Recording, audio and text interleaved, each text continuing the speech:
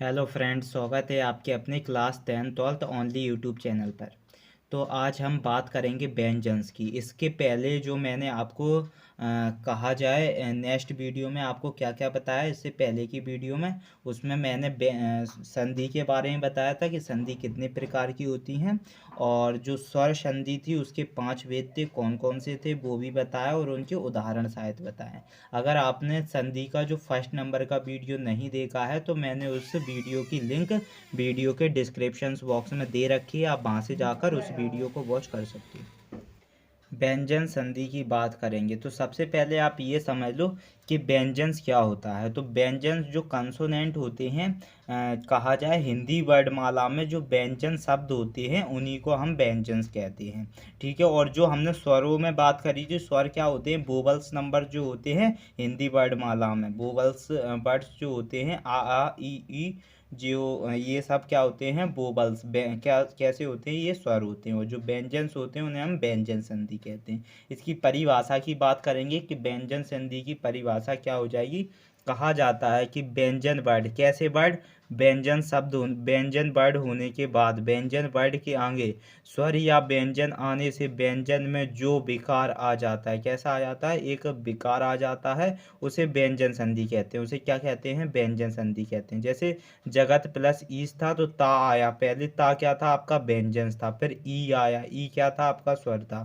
तो कहा जाए व्यंजन और स्वर दोनों आने पर जो दी बना है उसे ही हम व्यंजन जगदीश कह देंगे। तो ये क्या हो जाएगा, व्यंजन संधि का उदाहरण हो जाएगा, जिसमें आपका क्या आ जाए, जिसमें ता और ई आ जाए। पहले आपका स्वर आए, फिर बाद में क्या आना चाहिए, कहा जाता है व्यंजन वर्डों के आगे स्वर या व्यंजन, व्यंजन वर्ड के आगे ता क्या था आपका, व्यंजन था, इसके आगे या स्वर आ जाए या फिर व्यंजनी आने पर उस व्यंजन में जो विकार होता है उसे हम व्यंजन संधि कहते हैं। उसे हम क्या कहते हैं, व्यंजन संधि कहते हैं। इसके कुछ नियम हैं, नियमों पर हम चर्चा करेंगे कि इसके नियम क्या होते हैं। सबसे पहले आपको परिभाषा समझ में आ गई होगी कि व्यंजन संधि की परिभाषा क्या होती है। कहा जाता है जो व्यंजन वर्ड्स जो होते हैं इसके आगे स्वर या व्यंजन आने से जो व्यंजन में जो विकार होता है उसे ही हम व्यंजन संधि कहते हैं। ठीक है। उदाहरण क्या था, जगत, जगत में ता था आपका प्लस ई था, तो ता क्या था आपका, व्यंजन था, फिर उसके बाद आपका स्वर मिल गया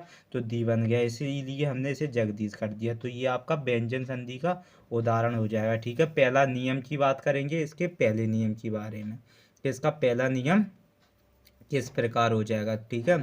तो पहला नियम जो कहा जाता है पहले नियम में कि यदि का, चा, टा, ता, पा के बाद किसी वर्ग का जो तृतीय अथवा चतुर्थ वर्ण आए अथवा या रा ला बा या कोई स्वर आए तो का या चा या टा या ता पा अपने ही वर्ग के तीसरे वर्ण अर्थात का गा में और जो चा जा में टा डा में और तादा में या फिर पा वा में बदल जाते हैं, उन्हें ये फर्स्ट नियम होता है उसका, किसका, उसे हम क्या कहते हैं, व्यंजन संधि कहते हैं। जैसे दिग प्लस गज, जो दिग प्लस गज था ये का और प्लस गा में बदल गया, किस में बदल गया, का प्लस गा के संधि होने पर जो गा गग मिला है आपको, गग, तो ये क्या मिल गया, दिग्गज मिल गया। दिग्गज क्या बन जाएगा, व्यंजन संधि मिल जाएगा। तो इसमें का प्लस गा का संधि हुआ है इसलिए गग मिल गया। जैसे बाक और प्लस ईस,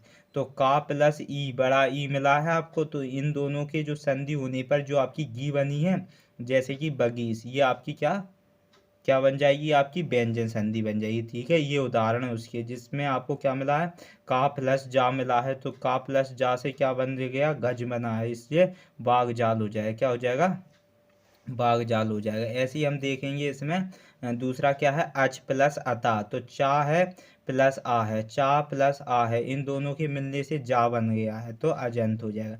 ये पहला नियम था किसका, व्यंजन संधि पर। पहला नियम क्या था कि का प्लस गा बन के गग मिल जाएगा, का प्लस ई बन के गी बन जाएगी और ता प्लस बा मिल के दब बन जाएगा, का प्लस चा जो जा मिलकर क्या बन जाएगा, गज मिल जाएगा, ता प्लस बड़ा आ मिलकर दा मिल जाएगा और चा प्लस आ मिलकर जा बन जाएगा। ये किसके उदाहरण हो जाएंगे, आपके व्यंजन संधि के। ठीक है। ये पहला नियम कहता है। दूसरे नियम की बात करेंगे हम, तो दूसरे नियम में कहा जाता है यदि का या चा या टा या आपका ता पा के बाद ना या मा आए तो उनके मिलने से अपने वर्ड का एक पांचवा वर्ड हो जाता है। अपने वर्ड का एक कैसा पांचवा वर्ड हो जाता है। कैसा हो जाता है? उसमें से अपने मिलने पर एक पांचवा वर्ड हो जाता है। कैसा हो जाता है? पांचवा वर्ड हो जाता है। ठीक है, ये दूसरे नियम में कहा गया है। जैसे कि ता प्लस ना मिलके जो नन मिल रहा है, जैसे जगन्नाथ हो गया। ठीक है, जैसे बाघ प्लस माय में क्या है? बाघ में का है प्लस माय में माँ है, तो डम मिल रहा है तो बडम्य हो जाएगा। तो ये दूसरा नियम हो जाएगा। जैसे ता प्लस मिलकर माँ मिल रहा है, एक जो शब्द अलग अलग किए, जो आपको एक शब्द मिला उन मार्ग का, किसका? उनमें मार्ग का शब्द मिला, तो उन उत आपने उनमें आपने उत अलग किया प्लस मत, तो ता प्लस माँ मिलके नम मिल गया, तो उन नम मार्ग हो जाएगा। ये आपका दूसरा नियम हो रहा है। दूसरे नियम में क्या मिल रहा है? ता प्लस ना मिलकर नन मिल रहा है, और का प्लस माँ मिलकर डम मिल रहा है। ता प्लस माँ मिलकर नम मिल रहा है, और ता प्लस माँ मिलकर नम मिल रहा है, तो क्या मिल जाएगा? उन मार्ग मिल जाएगा। ये दूसरा नियम कहता है। तीसरे नियम की चर्चा करेंगे कि तीसरे नियम में क्या कहा जा रहा है। तीसरा नियम कह रहा है कि ता के बाद चा अथवा छा हो तो उनका जो चा या जा या अथवा जो झा हो तो क्या जा या टा अथवा डा हो तो जो टा और डा अथवा डा हो तो डा और ला हो तो ला हो जाते हैं। जैसे कि कहा जाए उत प्लस चरण, उत प्लस चरण है तो ला प्लस चा मिलके चच मिल गया है, तो उच्चारण हो जाएगा। ये किसका उदाहरण है?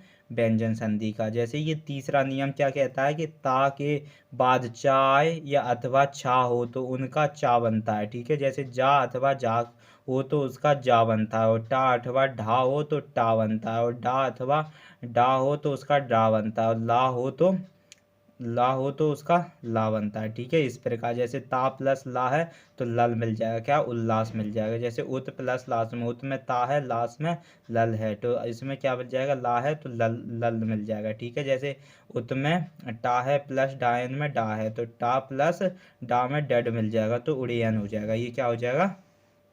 उड़यन हो जाएगा। नियम 4 की बात करेंगे। जैसे ता के बाद सा हो तो ता के स्थान पर चा हो जाता है, और सा को छा में बदल देते हैं, और सा को छा में बदल देते हैं। ठीक है, इस प्रकार ये चौथा नियम क्या कहता है? ता के बाद सा हो तो, किसके बाद? ता के बाद सा हो तो ता के स्थान पर चा हो जाता है। अगर ता के बाद अगर सा मिल रहा है तो ता के स्थान पर चा हो जाता है, और यह और सा को छा में बदल देता है, और सा को किस में बदल देता है? छा में बदल दिया, इसीलिए तो चा मिल रहा है। ये चौथा नियम कहता है। ठीक है, और इसके आगे की बात करेंगे कि आगे जो पांचवे इसके उदाहरण की बात करेंगे कि इसके किस प्रकार आपके उदाहरण। जैसे उत प्लस स्वाश तो ता है प्लस सा है, तो इसमें सच बन रहा है, तो उज्जवास हो जाएगा। ठीक है, उच्चवास हो जाएगा। जैसे ता प्लस सा के छज मिल रहा है तो उच्छिष्ट हो जाएगा। तो इस प्रकार उत प्लस शिष्ट मिलकर ये क्या कहता है?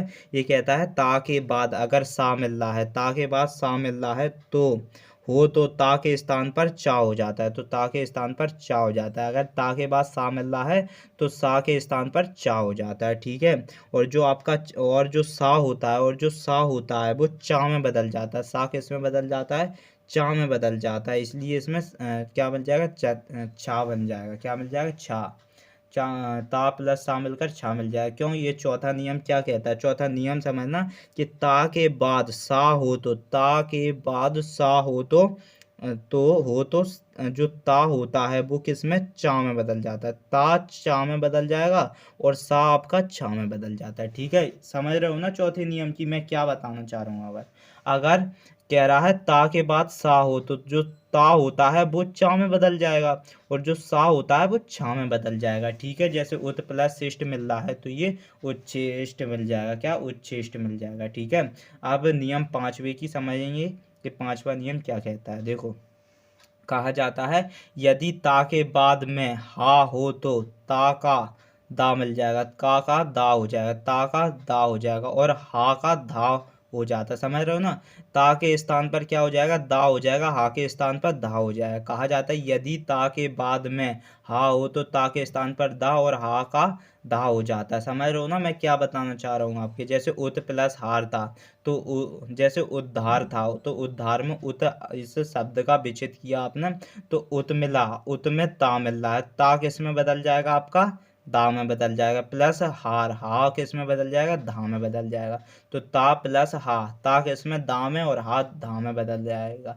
तो ये उद्धार हो जाएगा। क्या हो जाएगा, इसका उद्धार हो जाएगा। ऐसे ही दूसरा शब्द क्या दे रखा है, ता प्लस हा, जैसे उत प्लस हरण था तो ता था, इसमें ता जो किस में बदल जाएगा, दा में बदल जाएगा, और जो हर हा किस में बदल जाएगा, धा में। तो इन दोनों के शब्द का विच्छेद होकर उदाहरण बन जाएगा, क्योंकि ये नियम कहता है। क्या कहता है, नियम, रूल्स कहता है कि यदि ता के बाद में हा हो तो जो ता होता है वो दा में बदल जाएगा, और जो हा होता है वो धा में बदल जाता है। ठीक है, ये नियम पांचवा कहता है।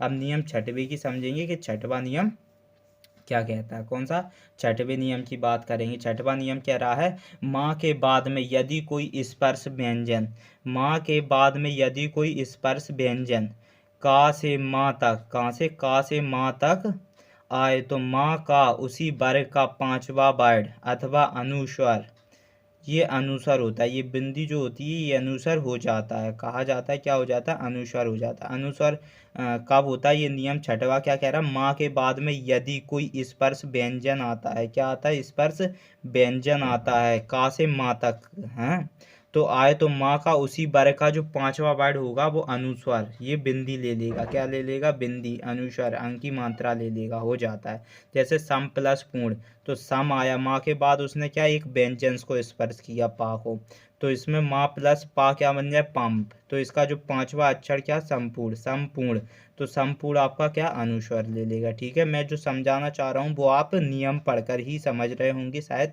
इसमें क्या कहा गया है कि माँ के बाद में यदि कोई स्पर्श व्यंजन आ जाए, कहाँ से, माँ, कहाँ से माँ तक का, तो जो माँ उसी वर्ग का जो पांचवा वर्ड होता है वो अनुस्वर, बोले तो अंक की बिंदी ले लेता है। जैसे कि तीसरा देखेंगे सम प्लस चाय, तो सम, माँ था, माँ के बाद एक क्या आया, स्पर्श व्यंजन आया। क्या आया, स्पर्श व्यंजन आया। तो इन दोनों के मेल पर जो पांचवा था, जैसे संजय, संचय, संचय, संचय, तो ये पांचवा अक्षर आपका क्या बन जाएगा, पांचवा वर्ड, इसने इसने क्या ले लिया, अनुस्वर ले लिया। जैसे सम प्लस तोष, तो माँ, माँ क्या था, व्यंजन, स्पर्श व्यंजन था, प्लस ता था। ठीक है, तो अंत हो जाएगा तो संतोष हो जाएगा। इस प्रकार ये बनते चले जाएंगे। ठीक है, क्यों बनते चले जाएंगे, क्योंकि माँ के बाद में यदि कोई स्पर्श व्यंजन आ रहा है तो का से माँ तक के आए तो माँ का उसी वर्ग का जो पांचवा वर्ड होता है वो अनुस्वर, अंक की बिंदी ले लेगा। ठीक है, अब समझते हैं हम सातवें नियम की, कि सातवां नियम क्या कहता है। सातवें नियम की बात करेंगे तो यदि आ अथवा बड़ा आ को छोड़कर किसी अन्य स्वर के साथ सा आए तो संधि होने पर सा का सा हो जाता है। सा का क्या हो जाएगा, सा षटकोण वाला हो जाता है। जैसे बी प्लस सम, तो बी आपका आया एक क्या था, ये बी जो आया प्लस सम तो विषम बन गया। विषम कब बनना है, कि यदि आ के बाद इसमें आ था, आ अथवा बड़ा आ को छोड़कर यदि किसी अन्य स्वर का अथवा सा आए, अन्य स्वर में कोई से, जैसे इसमें छोटी ई आ रही है, क्या आ रही है, छोटी ई प्लस एक क्या आ रहा है, सा आ रहा है, छोटी ई प्लस सा आ रहा है, इनको छोड़कर तो जो संधि होने पर क्या ले लेगा, सा ले लेगा। तो क्या ले लेगा, सा ले लेगा, तो ये विषम हो जाएगा। ठीक है, जैसे अभिषेक, तो अभी छोटी ई आई है प्लस क्या आया है आपका, जो व्यंजन आया है, व्यंजन आया है तो सा आए तो क्या हो जाएगा, सा को छोड़ देगा और सा ले लेगा। ठीक है, ये आपका नियम कह रहा है कि यदि आ और बड़े आ को छोड़कर यदि अन्य कोई स्वर के साथ कोई स्वर, ये स्वर हैं आपके, इसमें क्या है, आपकी छोटी ई मिल रही है, इसमें छोटी ई मिल रही है, तो इन स्वर, ये सब स्वर हैं, ऊ मिल रहा है, क्या मिल रहा है आपका, छोटा ऊ प्लस आपका सा मिल रहा है। तो सा कहा जा रहा है कि आ और आ को छोड़कर, छोटा आ और बड़े आ को छोड़कर स्वर का कोई सा भी वर्ड मिले, स्वर का कोई सा भी वर्ड मिले और उसके बाद सा आ रहा है तो सा किस में बदल जाएगा, सा में बदल जाएगा। सा षटकोण वाले सा में बदल जाता है। ठीक है, मैं जो आपको समझा रहा हूँ आप बहुत अच्छे से समझ रहे होंगे। एक बार और एक्सप्लेन कर देता हूँ नियम 7वें को, कि कहा जाता है यदि आपके पास क्या है, स्वर आ रहा है, स्वर कौन सा आ रहा है, आ और बड़े आ को छोड़कर, आ और बड़े आ को छोड़कर स्वर आ रहे हैं और उसके बाद सा आ रहा है, तो सा किस में बदल जाएगा, षटकोण में बदल जाता है। ठीक है, अब बात करेंगे विसर्ग संधि की। किसकी बात करेंगे, विसर्ग संधि की। आपको व्यंजन संधि बहुत अच्छे से समझ में आई होगी। और कहा जाता है आपको उसमें अगर आपको स्वर संधि की एक नेक्स्ट वीडियो है, उसमें स्वर संधि को समझाया है, उस वीडियो की लिंक मैंने डिस्क्रिप्शन बॉक्स में दे रखी है, आप वहाँ से जाकर देख सकते हो। और आपको कहीं भी डाउट लग रहा है तो प्लीज़ कमेंट करते जाइए। ठीक है, अब विसर्ग संधि की बात करेंगे कि विसर्ग संधि कौन सी होती है। ये दो बिंदियाँ ले लेती है, अंक की दो बिंदियाँ ले लेती है। इसके पश्चात जो स्वयं स्वर, इसके पश्चात स्वर अथवा व्यंजन आने पर विसर्ग में जो विकार होता है, विसर्ग में जो विकार होता है उसे हम विसर्ग संधि कहते हैं। पता चलता है कि अंक के जो विसर्ग, अंक के पश्चात या स्वर आ जाए या व्यंजन आने पर जो विसर्ग में जो विकार होता है उसे हम विसर्ग संधि कहते हैं। और विसर्ग संधि में विसर्ग संधि में प्रकार निम्न प्रकार होते हैं। जो विसर्ग संधि होती है इसमें निम्न प्रकार होते हैं। कौन कौन से प्रकार होते हैं उस पर हम चर्चा करते हैं। सबसे पहले कहा जाता है विसर्ग संधि का ओ में परिवर्तन, कि विसर्ग संधि का ओ में परिवर्तन किस प्रकार होता है। कहा जाता है यदि आ के बाद, किसके, यदि आ के बाद में विसर्ग हो, किसके, आ के बाद में विसर्ग हो और आगे वर्णों के तृतीय या चतुर्थ या पंचम वर्ण अथवा या, रा, ला या बा या हा में से कोई हो तो विसर्ग का ओ हो जाता है। विसर्ग का क्या हो जाता है, ओ हो जाता है। तो ये आप समझ रहे होंगे कि आपके बाएं बाएं में ओ मिला है, प्लस ब्रद, ब्रद में आपको क्या मिल रहा है, क्या मिल रहा है आपको इसमें कहा जाए इसके आगे जो विसर्ग मिला है, इसमें जो विसर्ग, विसर्ग के आगे जो विसर्ग था, बाएं विसर्ग, विसर्ग के आगे अगर आपको आगे वर्णों में या तृतीय पद या चतुर्थ पद या पांचवा पद के अथवा या, रा या बा से शुरू हो, तो इसमें बा से शुरू हो रहा है तो ये किस में परिवर्तन हो जाएंगे, विसर्ग में हो जाएंगे और ओ हो जाता है। विसर्ग में परिवर्तन होके और ओ ले लेता है। जैसे वायोद्रद, वायोवृद्धत हो जाएगा, वायोवृद्धित, तो इसमें ओ ले लिया वायु ने, तो इस प्रकार ये आपका विसर्ग संधि बन जाएगा। जैसे अध, जैसे दूसरे उदाहरण में हम समझेंगे, जैसे कि आपका अध था, तो अध में क्या था, ओ था,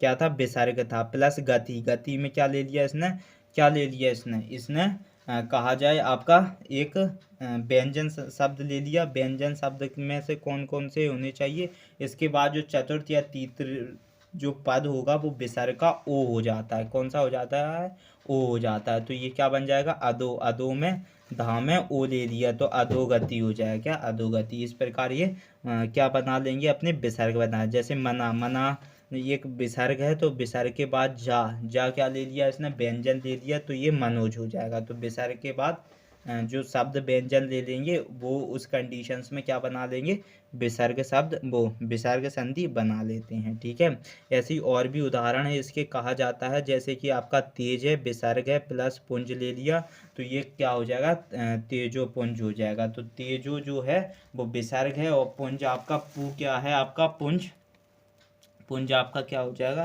पुंज की बात करें तो पुंज आपका क्या हो जाएगा, पू, पू आपका व्यंजन हो जाएगा। तो इस प्रकार तेज प्लस पुंज, तो ये तेजो पुंज हो जाएंगे। ठीक है, ये आपके क्या हो जाएंगे, विसर्ग संधि के उदाहरण हो जाएंगे। अब इसके कुछ और समझते हैं। ये हमने ओ वाले की कंडीशन समझी थी। ठीक है, ये किसकी कंडीशन समझी थी, कि जो विसर्ग का ओ में परिवर्तन वाली संधि समझी थी, कि ओ में विसर्ग किस प्रकार परिवर्तन होते हैं। एक बार और समझते हैं कि यदि आ के बाद में जो विसर्ग हो और आगे वर्णों के तृतीय या चतुर्थ या पांचवा वर्ण अथवा या, रा या ला या बा या हा में से कोई हो तो विसर्ग जो विसर्ग का क्या हो जाता है, ओ हो जाता है। ठीक है, ये विसर्ग का ओ में जो परिवर्तन वाली कंडीशन समझी थी। अब विसर्ग में रा वाली में, रा में जो परिवर्तन होने वाली कंडीशन समझते हैं। कहा जाता है कि विसर्ग से अगर पूर्ण आ या बड़ा आ को छोड़कर कोई अन्य स्वर आए, किसको, आ, छोटा आ और बड़े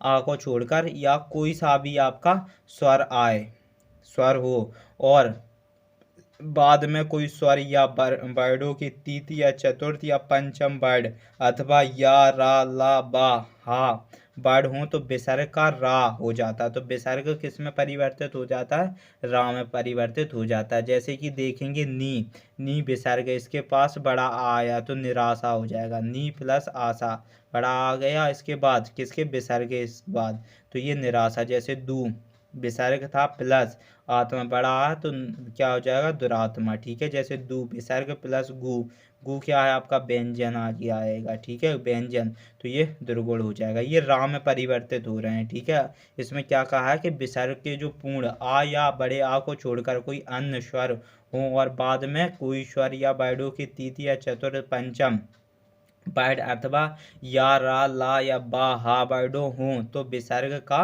रा हो जाता है। तो विसर्ग क्या हो जाता है? रा हो जाता है। ठीक है। ये उदाहरण थे, मैंने और भी उदाहरण आपको समझा चुका हूँ। जैसे दू विसर्ग है प्लस गति, तो दुगति क्या हो जाएगा? दुर्गति। तो ये रा में परिवर्तन हो रहा है गा, दुर्गति। तो ये कब परिवर्तन होता है? जब इसका तीसरा या चौथा या पांचवा वर्ण जो होता है, वर्ण या रा या ला बा हो, तो ये वर्ड किसमें? विसर्ग के रा में परिवर्तित हो जाते हैं। ठीक है। आप विसर्ग, अब तीसरी कंडीशन समझते हैं। ये हमने विसर्ग का रा में परिवर्तित किया था। किसका किया था? विसर्ग का हमने रा में परिवर्तित किया था। अब देखते हैं कि विसर्ग का सा या सा में परिवर्तित किस प्रकार करते हैं। तो कहा जाता है, इसकी कुछ कंडीशंस हैं, तीनों कंडीशंस एक एक करके हम समझ लेते हैं। कहा जाता है कि इसमें विसर्ग का सा और सा, षटकोण वाला सा, ठीक है, सा में परिवर्तित करते हैं। यदि विसर्ग के बाद चा अथवा छा आए तो विसर्ग का सा हो जाता है। चा और छा आए तो विसर्ग का सा हो जाता है। तो विसर्ग का सा हो जाता है। जैसे नी प्लस चल, तो नी चा आया ना, चा के बाद सा बन जाएगा। ठीक है। अगर विसर्ग के बाद, किसके? विसर्ग, ये दो बिंदी किसकी होती हैं? विसर्ग की होती हैं। ठीक है। तो विसर्ग के बाद चा आया है ना, तो चा जो था वो किसमें? सा में परिवर्तित हो जाएगा। ऐसे ही आप इसमें देख लोगे, इसमें छा आया है ना, विसर्ग के साथ छा आया तो छा किसमें परिवर्तित हो जाएगा? सा में परिवर्तित हो जाएगा। तो सा में परिवर्तित होने पर निश्चल बन जाएगा, निश्चल बन जाएगा। ठीक है। विसर्ग के बाद चा आया, चा किसमें परिवर्तित हो जाएगा? सा में, तो निश्चय बन जाएगा। नी विसर्ग के पास क्या आया है? चा आया, चा किस में परिवर्तित हो जाएगा? सा में, सा में, तो ये विसर्ग निश्चिंत बन जाएगा। ठीक है। इस प्रकार ये बनते जाएंगे। समझ रहे हो ना मैं आपको क्या कहना चाहता हूँ? देखो, पहला नियम अपन ये सा वाला समझ रहे हैं। किसना? सा वाला समझ रहे हैं। सा वाला क्या था कि यदि विसर्ग, ये विसर्ग के बाद चा आ जाए या छा आ जाए, चा आ जाए या छा आ जाए, तो ये किस में परिवर्तित हो जाते हैं? सा में परिवर्तित हो जाते हैं। ठीक है।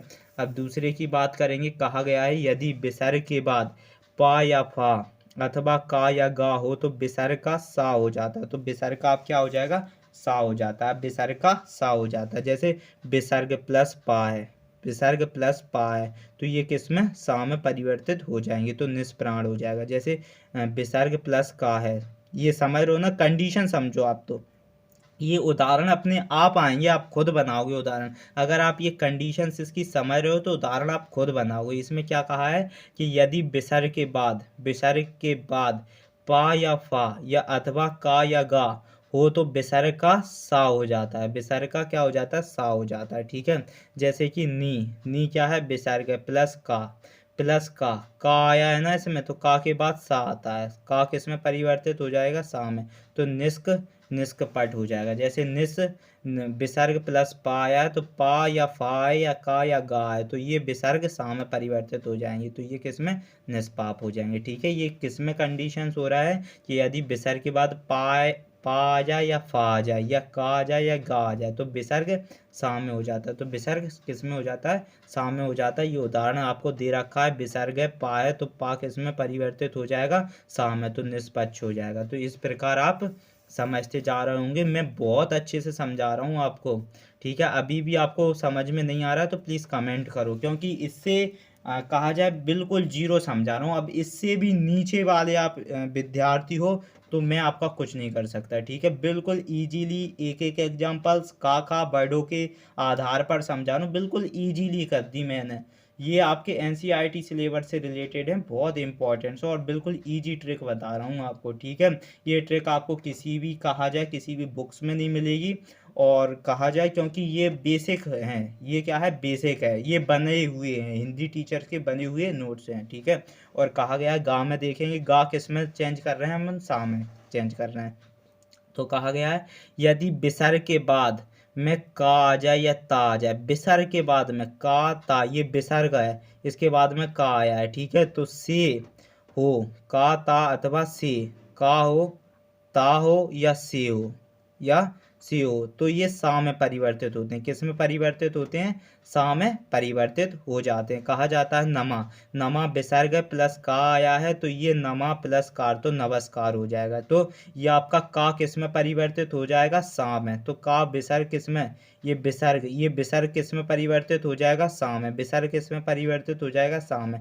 कहा जाता है यदि विसर्ग के बाद का या ता अथवा से हो तो जो विसर्ग सा होता है तो विसर्ग सा में परिवर्तित, तो ये जो विसर्ग बिंदियां हैं ये सा में परिवर्तित हो जाएंगी। जैसे तिर प्लस कार, तो विसर्ग प्लस का आया है, का के बाद जो विसर्ग है आपका, जो विसर्ग दो बिंदी विसर्ग की, ये सा में परिवर्तित हो जाएंगी। किसमें, सा में परिवर्तित हो जाएंगी। जैसे विसर्ग प्लस का है तो जो विसर्ग आपका सा में परिवर्तित हो जाएगा, जैसे मनस्कामना, तो ये विसर्ग हो जाएगा, ठीक है। ये विसर्ग संधि बन जाएगी, ठीक है। ये आपको सा वाला बनाने की कंडीशन बता दी है कि विसर्ग के बाद का ता से आ जाए तो इसके बाद जो आपका विसर्ग होता है वो सा में परिवर्तित हो जाएगा। जैसे ये विसर्ग है, फिर इसके बाद ता आया है तो जो आपका विसर्ग है वो किस में परिवर्तित हो जाएगा, सा में परिवर्तित, तो निस्तेज हो जाएगा, ठीक है। अब घा वाले की पढ़ेंगे कि घा वाला किस प्रकार होता है, ठीक है। घा वाले की कंडीशंस देखेंगे तो कहा गया है विसर्ग से अगर परे सा हो तो विसर्ग वैसे ही रहता है या परे का बढ़ हो जाता है, या विसर्ग वैसे ही रहता है या परे का जो परे का बढ़ हो जाता है। जैसे दू प्लस शासन, दू प्लस शासन, ये विसर्ग है प्लस शासन है, दू है प्लस शासन है, दू है प्लस शासन है।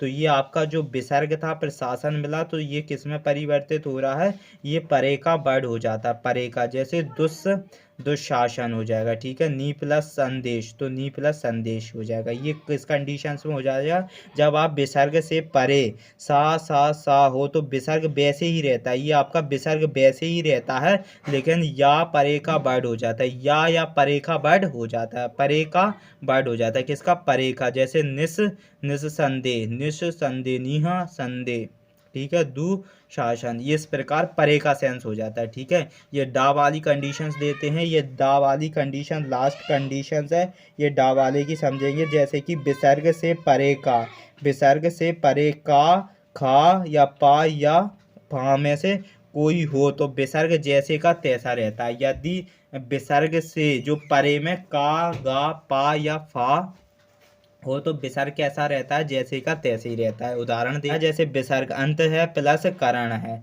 तो विसर्ग आपका वैसे ही रहेगा, ठीक है। अंत प्लस करण, जैसे प्रात है विसर्ग है प्लस का है तो विसर्ग आपका वैसे ही रहेगा, ठीक है।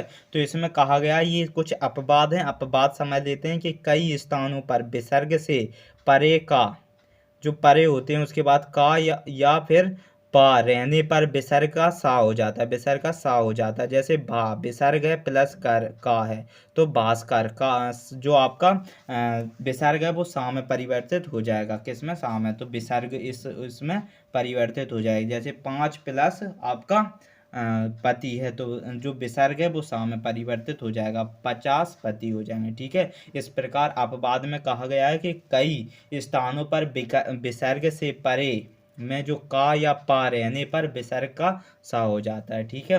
तो आज के लिए इतना ही रहने देते हैं। अगर आपने स्वर के बारे में नहीं पढ़ा है तो स्वर की मैंने इससे पहले एक वीडियो बना रखी है, आप उसमें जाके क्या बोलते हैं स्वर संधि को पढ़ सकते हो। और इस वीडियो में मैंने आपको व्यंजन संधि के बारे में बताया और विसर्ग संधि के बारे में बताया, तो और इनके जो रूल्स होते हैं, जो नियम होते हैं, उनकी कंडीशंस बताई, ठीक है। तो आज के लिए इतना ही रहने देते हैं। और अगर कल हम समास की बात करेंगे, किसकी बात करेंगे, समास की बात करेंगे। और जो आपकी कहा जाए जो स्वर संधि मैंने एक नेक्स्ट वीडियो में समझाई है, उसकी वीडियो की लिंक मैंने वीडियो के डिस्क्रिप्शन बॉक्स में दे रखी है, आप वहाँ से जाकर उस वीडियो को वॉच कर सकते हो। और आपको बहुत अच्छे से समझ में आई होगी जो मैंने आपको व्यंजन संधि और विसर्ग संधि को बताया है। तो प्लीज़ वीडियो को लाइक कर दें, और जो आपको डाउट लगे तो कमेंट करें। और आपको वीडियो अच्छी लगी है तो आप प्लीज़ उसमें साझा करें, फीडबैक दें, कमेंट ज़रूर करें उसमें कि आपको वीडियो कैसी लगी है, क्योंकि मैंने आपको बहुत अच्छे से एग्जाम्पल सहित, उदाहरण सहित आपको समझाया। तो आज के लिए इतना ही रहने देते हैं, मिलते हैं नेक्स्ट वीडियो में।